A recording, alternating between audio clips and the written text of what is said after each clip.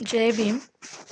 माझ्या चॅनलवरती सर्वांचं स्वागत आहे. रमाबाई भीमराव आंबेडकर त्याग आणि संयमाची कथा मी आज तुम्हाला सांगणार आहे.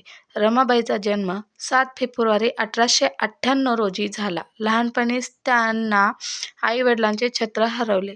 अत्यंत गरिबी आणि कठीण परिस्थितीत त्यांचे बालपण गेले. शिक्षणाची संधी कमी मिळाली, पण मन मात्र खूप मोठं आणि धैर्यवान होतं. सन 1906 मध्ये त्यांचा विवाह भीमराव आंबेडकर यांच्याशी झाला.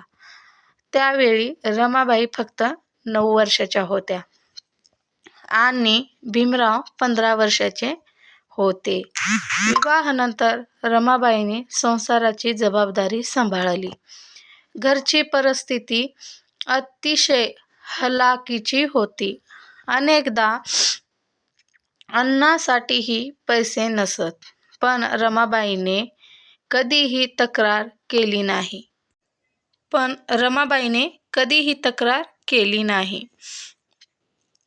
भीमराव उच्च शिक्षणासाठी परदेशात गेले तेव्हा घरातील सर्व जबाबदाऱ्या रमाबाईवर आली.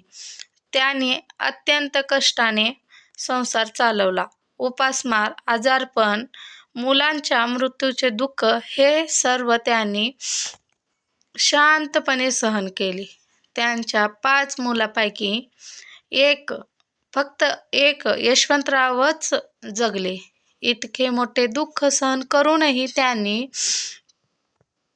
बाबासाहेबांना कधीही अभ्यास सोडायला सांगितले नाही. उलट त्या म्हणत, तुम्ही अभ्यास करा, तुम्ही शिकून मोठं व्हा, समाजासाठी काहीतरी करा. रमाबाई अत्यंत धार्मिक आणि संयमी स्वभावाच्या होत्या. त्यांनी बाबासाहेबांना मानसिक आधार दिला. बाबासाहेबांच्या यशामागे रमाबाईचा मोठा त्याग होता.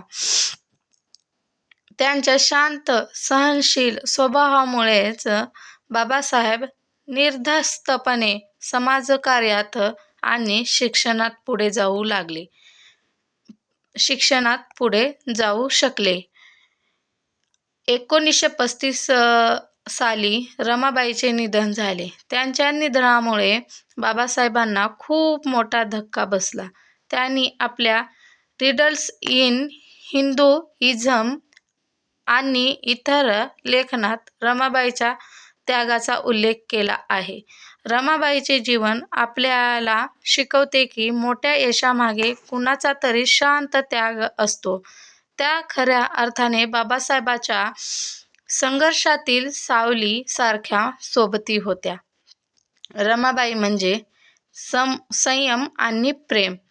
जर रमाबाईच्या जीवनाधारित ही कथा तुम्हाला आवडली तर माझ्या चॅनलला सबस्क्राईब करा. आणि सर्वांचं मनापासून आभार. धन्यवाद. जय भीम.